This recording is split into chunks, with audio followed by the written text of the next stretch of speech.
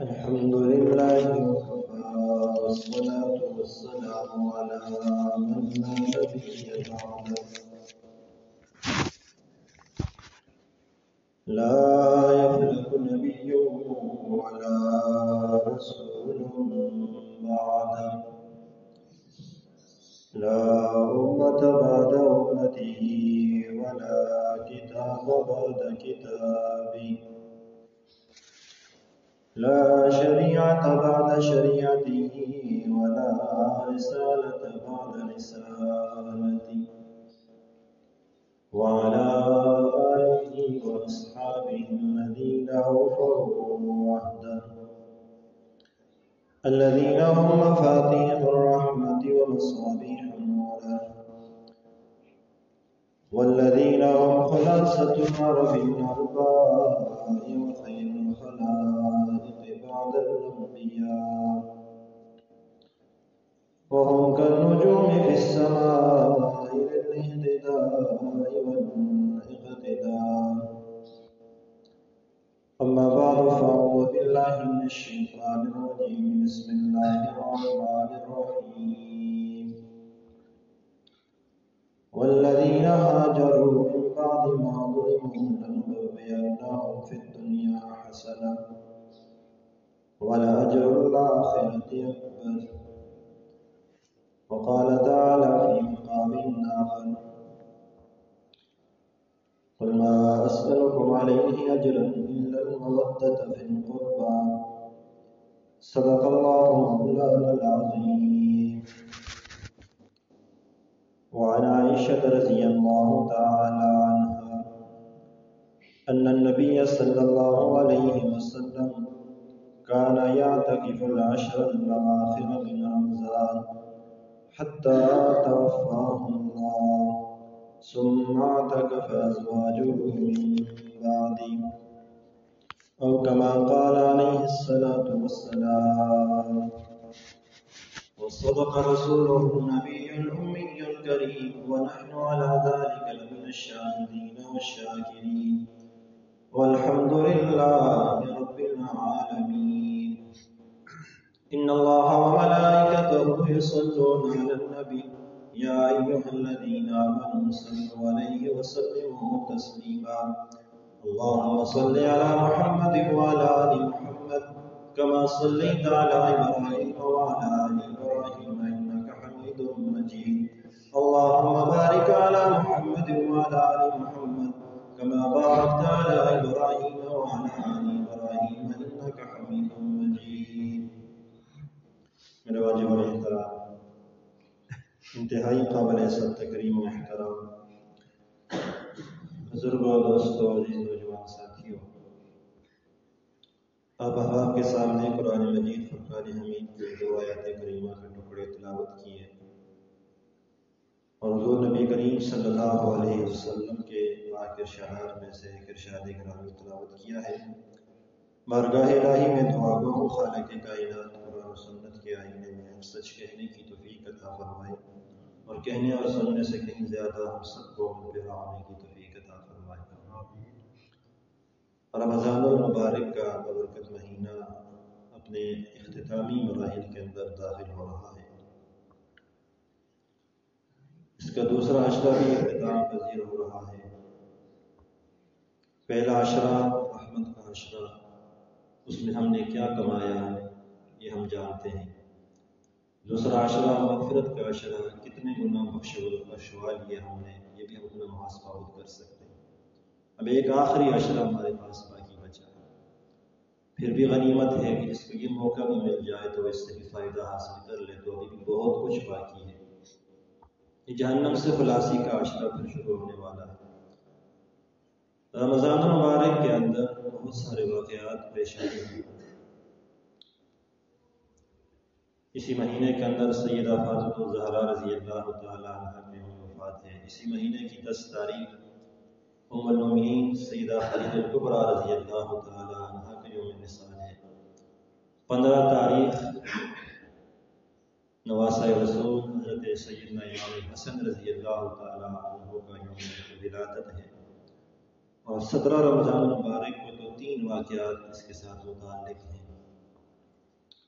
ایک ام المومنین صدیقہ کائنات سیدہ عائشہ صدیقہ رضی اللہ تعالی عنہ کا یوم وفات 17 رمضان المبارک، اور کفر اور اسلام کے درمیان سب سے پہلا معرکہ جو پیش آیا غزوہ بدر، وہ 17 رمضان المبارک کو پیش آیا، اور یہی 17 رمضان المبارک جس دن غزوہ بدر کا معرکہ پیش آیا اور فتح مسلمانوں کو حاصل ہوئی، اسی دن نبی کریم صلی اللہ علیہ وسلم کی لخت جگر سیدہ رقیہ رضی اللہ تعالی عنہ بھی اس دنیا سے پردہ فرما گئی۔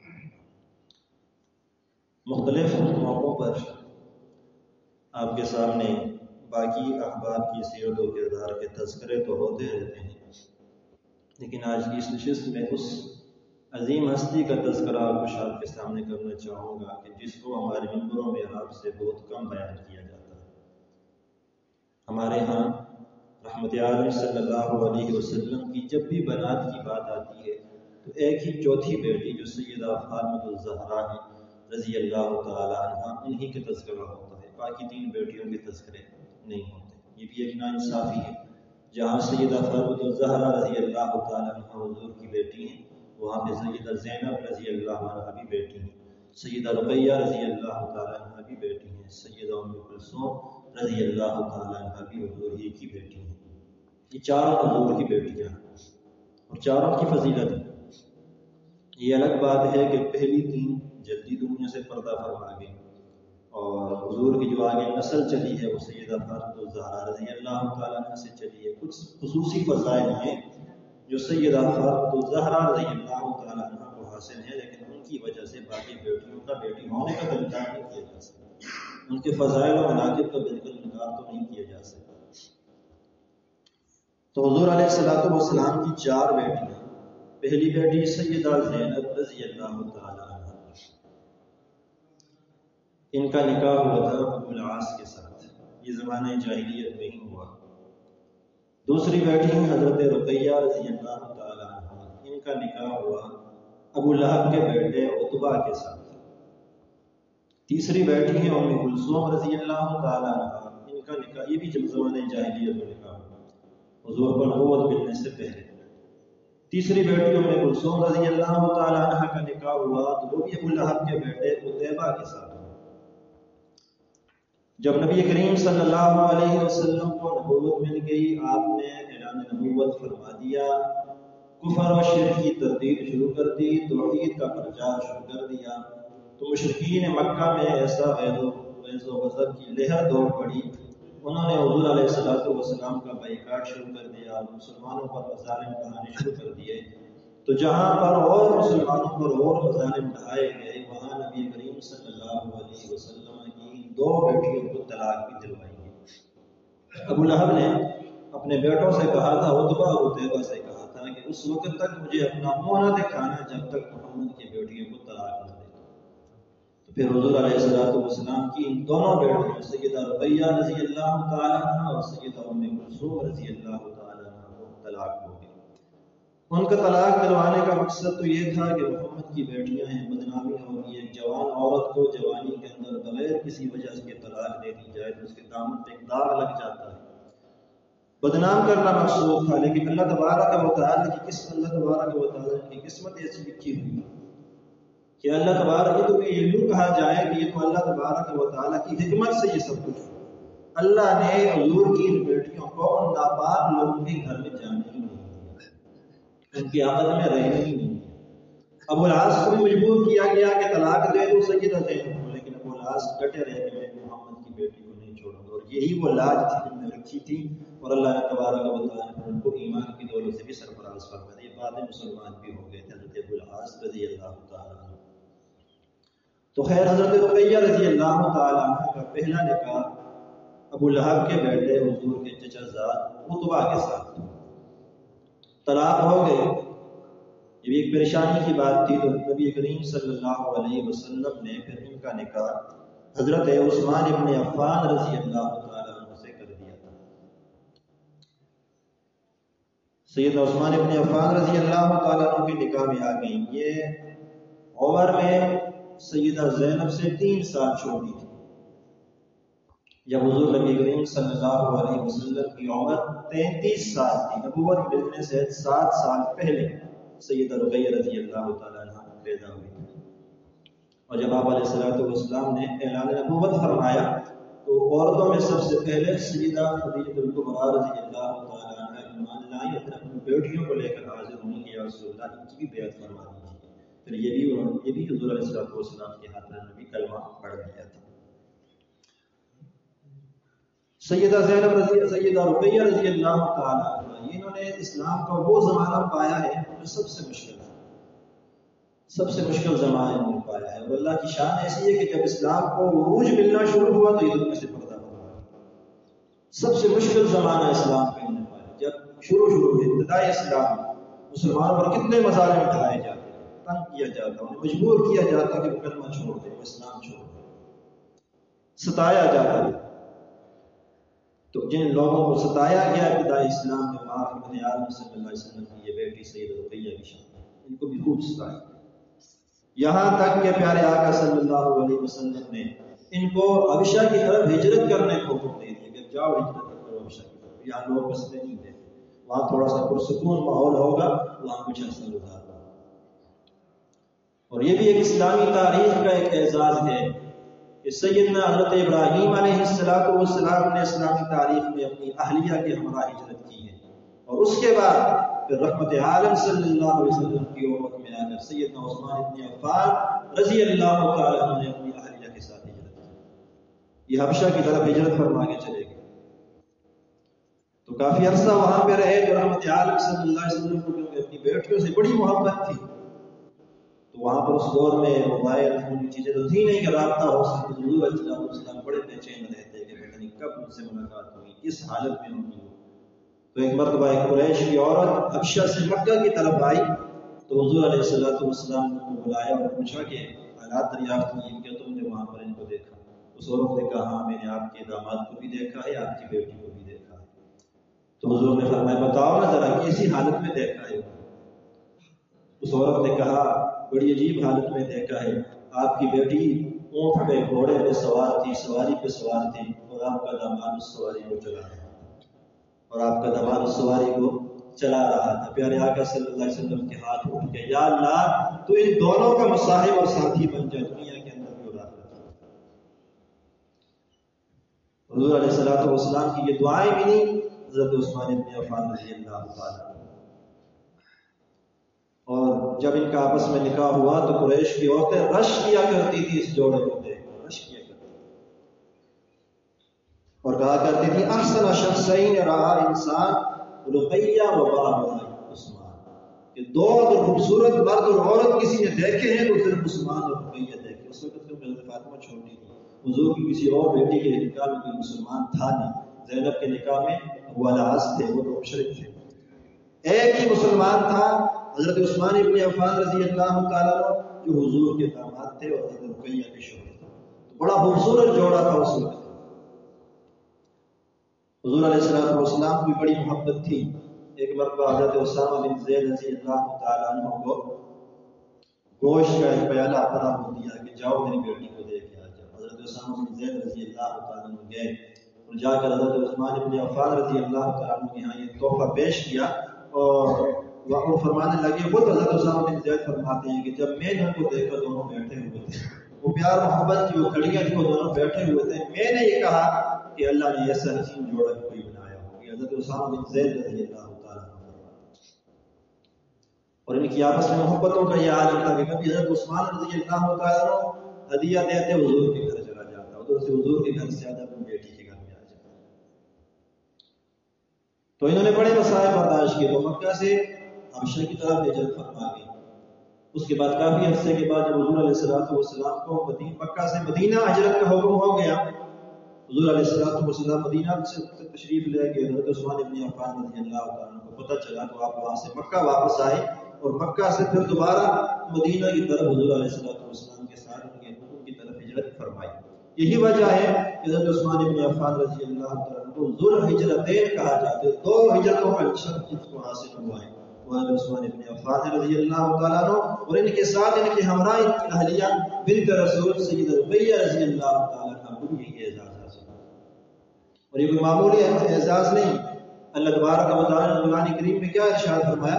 والذین ہاجروا من بعد ما ظلموا لنبوئنهم فی الدنیا حسنہ ولاجر الآخرۃ.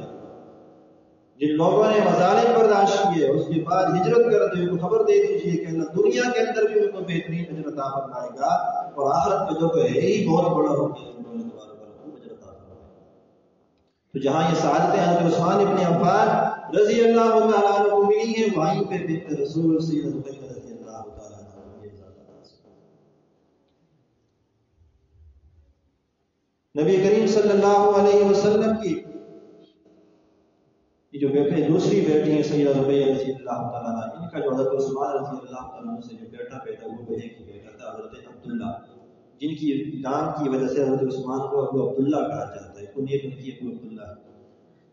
یہ بیٹا 6 سال سے عمر پائی ہے، بس اپنی والدہ سے 2 سال بعد ہی فوت ہو گئے. ہوا کیا تھا کہ ان کی آنکھ میں مرغے نے چونچ مار دی تھی، پھونک مار دی تھی، جس کی وجہ سے ان کا چہرہ پھول گیا تھا، سوجن زیادہ ہو گئی تھی. اسی قرب میں اسی تکلیف میں انہوں نے دنیا سے چھوڑ دی. یہ 6 سال کی عمر میں فوت ہو.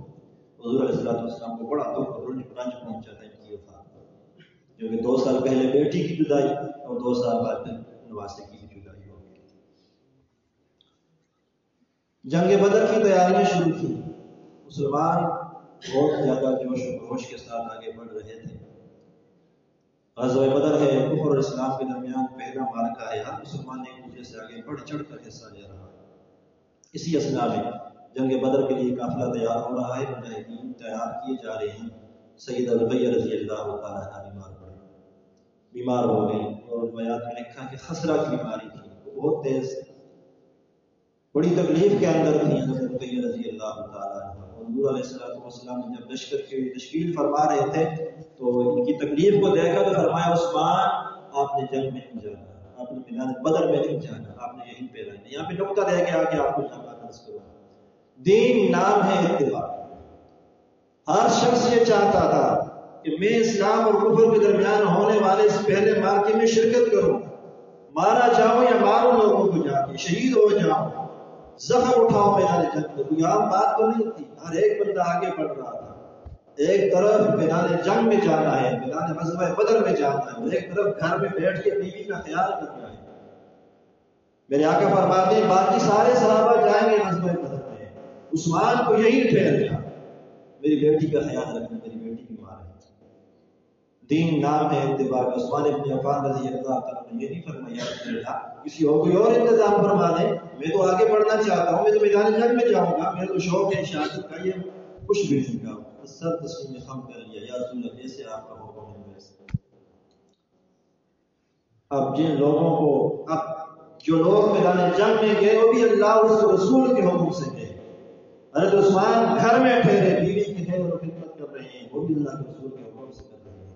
اور فائدہ کیا ہوا جب حضرت عثمان ابن عفان نے رضا سامنے ظاہر کر دی نا، یا رسول اللہ ٹھیک ہے میں یہیں پہ رہوں گا. حضور نے فرمایا عثمان تو یہ نہ سمجھنا کہ تو بدر والوں سے معروف ہو جائے گا، بدر والوں کے ثواب کے اندر بھی تو شریک ہوگا، بدر والوں کی غنیمتوں کے اندر بھی شریک ہوگا. یہ وہ واحد مجاہد ہیں جو گھر میں بیٹھ کر مجاہد بنے ہیں، جو گھر میں بیٹھے ہوئے میدان بدر میں جنگ لڑنے کا ثواب حاصل کر گئے، جو گھر میں بیٹھے ہوئے میدان بدر کے اندر حاصل ہونے والی غنیمتوں کے اندر حصہ بھی لے گئے. تو اللہ کے رسول صلی اللہ علیہ وسلم نے حکم دیا کہ آپ نے یہیں پہ ٹھہرنا. خیر 17 رمضان المبارک جس دن مسلمانوں کے یہ معرکہ فتح ہو گیا، حضرت زید بن حارثہ رضی اللہ تعالیٰ عنہ، حضرت عبداللہ بن رواحہ رضی اللہ تعالیٰ عنہ، یہ دونوں حضرات کی خوشی کی خبر لے کے مدینہ کے اندر تشریف لائے، دوڑتے ہوئے آئے کہ یہاں مسلمانوں کو خبر دے کے خوشی تھی کہ لوگوں کفر و اسلام کے درمیان جو پہلا معرکہ ہوا تھا اس میں اللہ نے مسلمانوں کو فتح سے امکنار فرما دیا ہے. اور جس وقت یہ دونوں شخصیات یہ خوشخبری لے کے مدینہ کے اندر داخل ہوئے، یہ کہتے ہیں کہ ہم ادھر خوشخبری دے رہے تھے اور ادھر لوگ بنت رسول کو دفن کر کے اپنے ہاتھوں سے مٹی کو جھاڑ رہے تھے، اپنے ہاتھوں سے مٹی کو جھاڑ رہے تھے.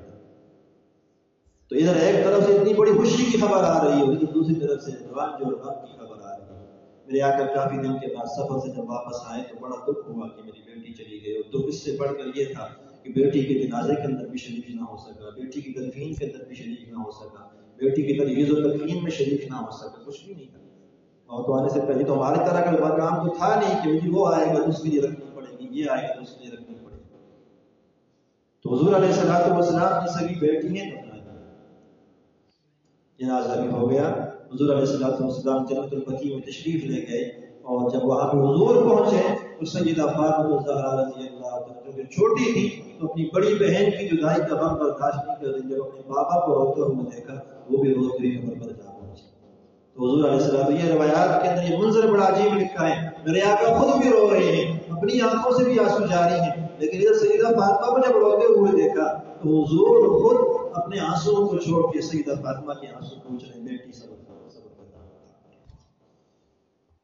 تو یہ سیدہ رقیہ رضی اللہ تعالی عنہا، یہی 17 رمضان المبارک جس دن غزوہ بدر فتح ہوا، اسی دن یہ اللہ کو پیاری ہو گئی، اسی دن انہوں نے دنیا بھی چھوڑ دی۔ تو سیدہ رقیہ رضی اللہ تعالی عنہا کی زندگی کے کچھ احوال آپ کے سامنے رکھے، کیونکہ انہوں نے زیادہ زمانہ تو اسلام کا پایا نہیں کہ ان کی اور خدمات باہر کی آپ کے سامنے رکھی جائیں۔ تو یہ تو حضور علیہ السلام کی بیٹی ہونا وہ سب سے بڑی فضیلت ہے ان کے لیے، حضور علیہ السلام کی لفظ جگر ہیں، یہی بڑی فضیلت ہے ان کے لیے۔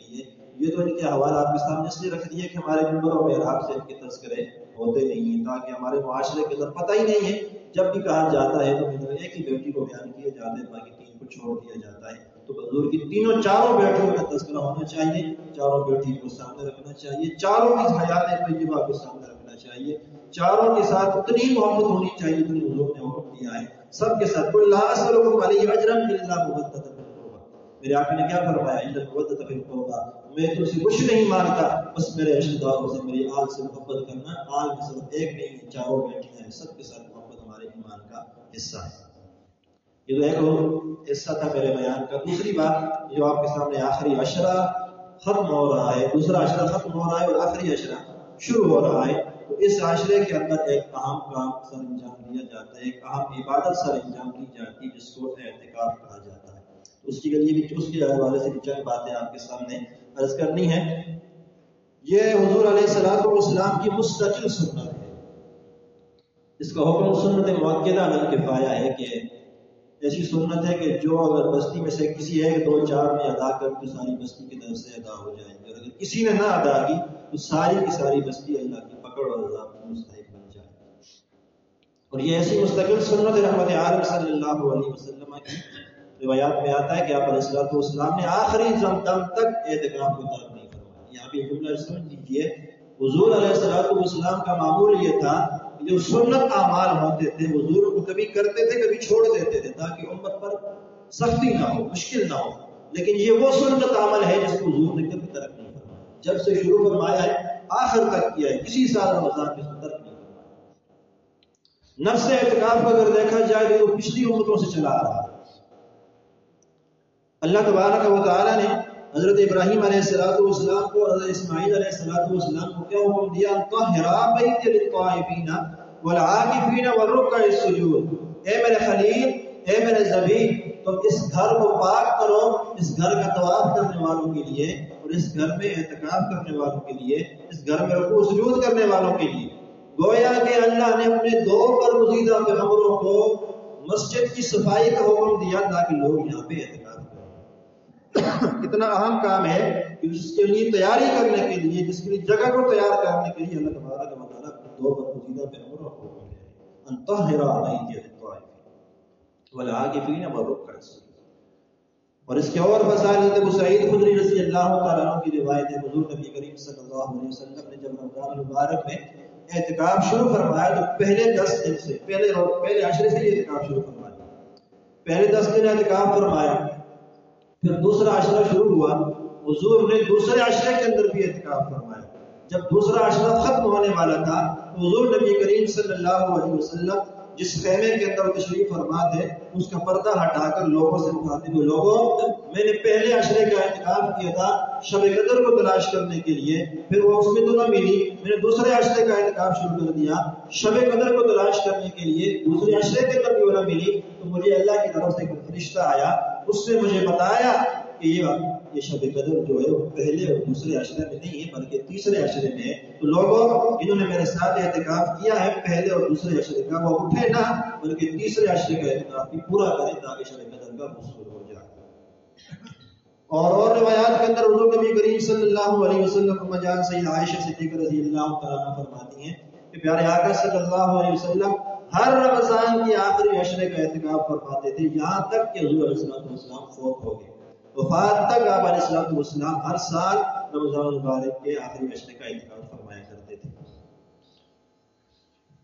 اور نبی کریم صلی اللہ علیہ وسلم کی ایک روایت ابو ہریرہ رضی اللہ تعالیٰ عنہ فرماتے ہیں کہ حضور ہر سال آخری عشرے کا اعتکاف فرماتے تھے، 10 دنوں کا اعتکاف فرماتے تھے۔ جس سال حضور علیہ السلام دنیا سے پردہ فرما گئے، وہ جو آخری رمضان تھا آپ کا، آپ علیہ السلام نے اس سال 20 دنوں کا اعتکاف فرمایا، 2 عشروں کا اعتکاف فرمایا تھا۔ محدثین کرام نے اس کی 2 توجیہات بیان فرمائی کہ 20 دنوں کا اعتکاف حضور نے کیوں فرمایا۔ ایک تو یہ امت کو ترغیب دینے کے لیے، دیکھو کہ اعتکاف اتنی اہم عبادت ہے کہ میں اس سال جو آگے آنے والا رمضان ہے، اس رمضان تک نہیں پہنچ سکتا، اس لیے اس سے پہلے ہی 10 دنوں کا اعتکاف کر کے جا رہا ہوں، لوگوں کو ترغیب دینے کے لیے، سمجھانے کے لیے، اہمیت سمجھانے۔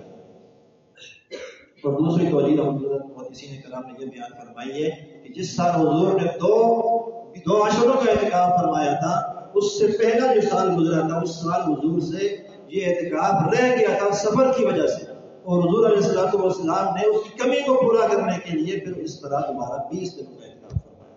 اور یہ بھی ایک اہمیت سمجھائی کتنا اہم کام ہے، کتنی اہم سنت ہے کہ نبی علیہ السلام سے وہ چھوٹی اور حضور نے اس کو پھر اگلے رمضان میں پورا فرمایا، اور اس کے فضائل بہت زیادہ بیان فرمائے محدثین کرام، روایات کی کثرت کے ساتھ فضائل آئے ہیں۔ ایک روایت کے اندر وہ آتا ہے کہ جو شخص مسجد کے اندر آ کے اعتکاف میں بیٹھ جاتا ہے، پیارے آقا صلی اللہ علیہ وسلم نے ارشاد فرمایا وہ گناہوں سے محفوظ ہو جاتا ہے۔ اور اس کے ساتھ ساتھ یہ بھی ہے کہ باہر لوگ کچھ نیک کام ایسے کر رہے ہوتے ہیں کہ جو یہ بندہ اندر بیٹھ کے نہیں کر سکتا، کسی کے جنازے میں شرکت نہیں کر سکتا، کہیں پر مریض کو دیکھنے کے لیے، عیادت کرنے کے لیے نہیں جا سکتا، تو لوگ جتنے نیک کام باہر کریں گے جو معتکف باہر جا کر نہیں کر سکتا، اللہ ان باہر کرنے والوں کو بھی ثواب عطا فرماتے ہیں، اندر بیٹھ کر اس کو بھی پورا پورا ثواب عطا فرماتے ہیں۔ اور ایک اور روایت کے اندر فرمایا نبی کریم صلی اللہ علیہ وسلم کی روایت ہے کہ جس شخص نے اللہ کی رضا کے لیے، یہ تو 10 دن کا اعتکاف میں نے اور آپ نے کرنا ہے، یہ جو حضور علیہ السلام فرماتے ہیں جس نے اللہ کی رضا کے لیے 1 دن کا اعتکاف کیا، 1 دن کا اعتکاف کیا، اللہ تعالیٰ اس اعتکاف کرنے والے کو جہنم سے 3 خندقوں کا فاصلہ دور فرما دیتا ہے۔ اور 3 خندقوں میں سے ایک خندق کتنی چوڑی ہوتی ہے؟ حضور نے فرمایا اتنا آسمان سے زمین چوڑی، آسمان تا زمین 1 خندق چوڑی، 3 خندقیں دور ہو جائے گا صرف 1 دن کے اعتکاف سے۔ تو جو بندہ 10 دن کا اعتکاف کرے گا اس کے فضائل کو دیکھیں۔ امام ظہری رحمہ اللہ فرماتے ہیں اتنے فضائل کو دیکھنے کے باوجود بھی کیا ہو گیا، لوگوں کو بڑا تعجب ہوتا ہے لوگوں پر کہ انہوں نے سنت اعتکاف کو چھوڑ دیا، سنت اعتکاف کو چھوڑ دیا، کیوں ترک کر رہے ہیں لوگ؟ جب حضور علیہ السلام کی مواظبت ثابت ہے، حضور علیہ السلام نے مستقل طور پر ایک عمل کو کیا ہے، تو بس یہی ایک چیز کافی ہے ہمارے لیے کہ میرے آقا نے ساری زندگی کو چھوڑا ہے، تو بڑی فضیلت والا عمل ہے۔ موقع ملا ہوا ہے تو ہر بندہ کوشش کرے کہ اس کے اندر حصہ لے اور اس کا اعتکاف کرے، کیونکہ یہ 10 دن ہیں، ہم نے 20 دن رمضان کے گزار دیے، آخری 10 دنوں کے اندر بہت کچھ کما سکتے ہیں۔ ليلۃ القدر بھی انہیں 10 دنوں کے اندر ہے، اور پھر مسجد کے نورانی ماحول میں بیٹھ کر اللہ تبارک و تعالیٰ کے سامنے ریاض و نیاز کی باتیں، دن بھر رات بھر عبادات۔ اگر کوئی معتکف مسجد کے اندر صرف سویا بھی رہے تو اس کی یہ بھی بہت بڑی عبادت ہے، اس کے سونے کا بھی اس کو ثواب ملے گا مسجد کے اندر آ کے جو اعتکاف کی نیت سے سوئے۔ اس لیے کوشش یہ کریں کہ ہر شخص جتنے زیادہ ہو سکے اس کے لیے تیاری کریں، اور اپنے آپ کو تیار کریں کہ ہم نے اس کا اس سال اعتکاف کرنا ہے۔ اور ایک بات یہ کہ اس کے اندر آداب کی رعایت رکھتے ہوئے کرنا ہے۔ ہم بہت سارے کام کر دیتے ہیں لیکن ہم اس کے آداب پہ جب رعایت نہیں رکھتے پھر وہ خراب ہو جاتے، پھر ان کا نتیجہ نظر نہیں آتا۔ تو اعتکاف کو کرنا ہے، اعتکاف کی سنت کو پورا کرنا ہے، ادا کرنا ہے، لیکن اس کے آداب کی رعایت رکھتے ہوئے کرنا۔ مسجد کے اندر جب آپ آ جائیں تو یہ اللہ تبارک و تعالیٰ کی جانب سے اللہ کی رحمتوں کا خصوصی نزول ہو رہا ہوگا۔ ان 10 دنوں میں آپ پر اللہ کی خصوصی برکتوں کا نزول ہوگا، تو اس دن ان 10 دنوں کے اندر آپ کو کوئی اور کام ہونا ہی نہیں چاہیے۔ لیکن ایک دسترخوان سج جائے اور اس دسترخوان پر آپ کے سامنے طرح طرح کے کھانے رکھ دیے جائیں تو پھر کیا کوئی ایسا بندہ ہے دسترخوان پر بیٹھے ہوئے لوگوں میں سے جو فیس بک چلائے گا، کوئی واٹس ایپ کے اندر مصروف ہوگا اس وقت؟ نہیں ہوگا. کیوں؟ کھانا ضائع ہو جائے گا. یہاں اللہ تبارک و تعالیٰ کی رحمتوں میں دسترخوان لگا ہوتا ہے تو یہاں بیٹھ کر بھی کسی فضول کام کے اندر اپنا وقت ضائع نہیں کرنا. کسی فضول کام کے اندر اللہ مبارک کے اندر اپنا وقت ضائع نہیں کرنا، تاکہ دن رات آپ کا کام عبادت کے اندر ہو. کہیں اپنے اوقات کو تقسیم کر کے قرآن کریم کی تلاوت ہو، استغفار ہو، تسبیحات ہو، ذکر اذکار ہو، درود پاک ہو، تاکہ آپ کے اوقات تقسیم ہو کہ میں نے اس وقت سے یہاں تک اس گھنٹے کے اندر میں نے یہ کام کرنا ہے، اس گھنٹے کے اندر میں نے یہ کام کرنا ہے. کسی کے ساتھ بیٹھ کر فالتو باتیں، اس چیزوں کی ضرورت نہیں. بس آپ کے پاس باتیں کرنے کے لیے باقی سال کے 12 مہینے پڑے ہوتے ہیں، 11 مہینے باہر خوب باتیں ہوتی ہیں، لیکن مسجد کے اندر آ کے جب اعتکاف کے لیے آپ بیٹھ جائیں تو پھر ان سارے کاموں کو آپ نے ترک کرنا ہوگا، پھر آپ کو فضائل حاصل ہوگا. ہم ان سارے کاموں کو بھی ساتھ رکھتے ہیں. ضرورت کی بات آپ کر سکتے ہیں، آپ نے کپڑے منگوانے ہیں، آپ نے سحری منگوانی ہے، آپ نے افطاری منگوانی ہے، کوئی ضرورت کی چیز آپ نے منگوانی ہے تو آپ منگوائیں. لیکن فضول بندوں، اب باہر سے بندے آتے ہیں، 2-4 بندے اعتکاف پر بیٹھے ہوتے ہیں، 4-5 باہر سے آ جاتے ہیں، گروپ بن جاتا ہے اور خوب باتیں دنیا کی ہوتی ہیں. پھر بحث ہوتی ہے کہ جی آج ملک کے حالات کیسے ہیں، سیاست کے حالات کیسے ہیں، کرکٹ کے حالات کیسے ہیں. وہ سارے تبصرے جو ہوتے ہیں وہ مسجد کے اندر آ کے کرتے ہیں. تو اس کا پھر فائدہ کیا ہے اعتکاف پر بیٹھنے کا؟ دنیا کی باتیں مسجد کے اندر ویسے بھی نہیں کرنی چاہیے، لیکن ہم اعتکاف کے اہم عمل کے اندر داخل ہو کے پھر باتیں کرتے ہیں. اس لیے ان آداب کی رعایت رکھتے ہوئے تاکہ آپ کا عشرہ صرف عبادت والا عشرہ بن جائے. اعتکاف کے بارے میں تو یہ آتا ہے کہ یہ ایک اللہ تبارک و تعالیٰ کے در پہ آ کے بندہ بیٹھ جائے. یہ ایسا ہے کہ بس کوئی بندہ آپ کے گھر میں آ کے بیٹھ جائے کہ نہیں بس جب تک آپ مجھے یہ چیز دیں گے نہیں لوٹ کے نہیں جاؤں گا. معتکف کی حالت بھی ایسی ہوتی ہے، وہ اللہ کے دربار میں آ کے بیٹھا ہوا ہوتا ہے. اللہ جب تک رحمتیں ملیں گی نہیں، جب تک بخشش کا پروانہ ملے گا نہیں، جب تک جہنم سے خلاصی کا پروانہ ملے گا نہیں، وہ یہاں سے جانے والا. اور جب کوئی بندہ اللہ کے در پہ آ کے ایسے بیٹھ جائے تو اللہ کبھی خالی ہاتھ واپس نہیں کرتے. اس کی رحمت کا تقاضا ہوگا کہ وہ خالی ہاتھ واپس نہیں کرتا. لیکن ہمیں رحمت ملتی کیوں نہیں ہے؟ ہم اس دل سے لینے کے لیے آتے نہیں ہیں. ہم اپنے دل کا پیالہ سیدھا رکھ کے آتے کوئی نہیں، ہم آتے دنیا کی باتیں کرنے کے لیے آتے. تو اس لیے یہ جو اعتکاف آ رہا ہے اس کے اندر آداب کی رعایت رکھتے ہوئے اس کو پورا کریں تاکہ آپ کو پورے کا پورا ثواب بھی مل سکے. دعا کی جو خوشخواص ہونا اللہ تبارک و تعالیٰ کی توفیق عطا فرمائے.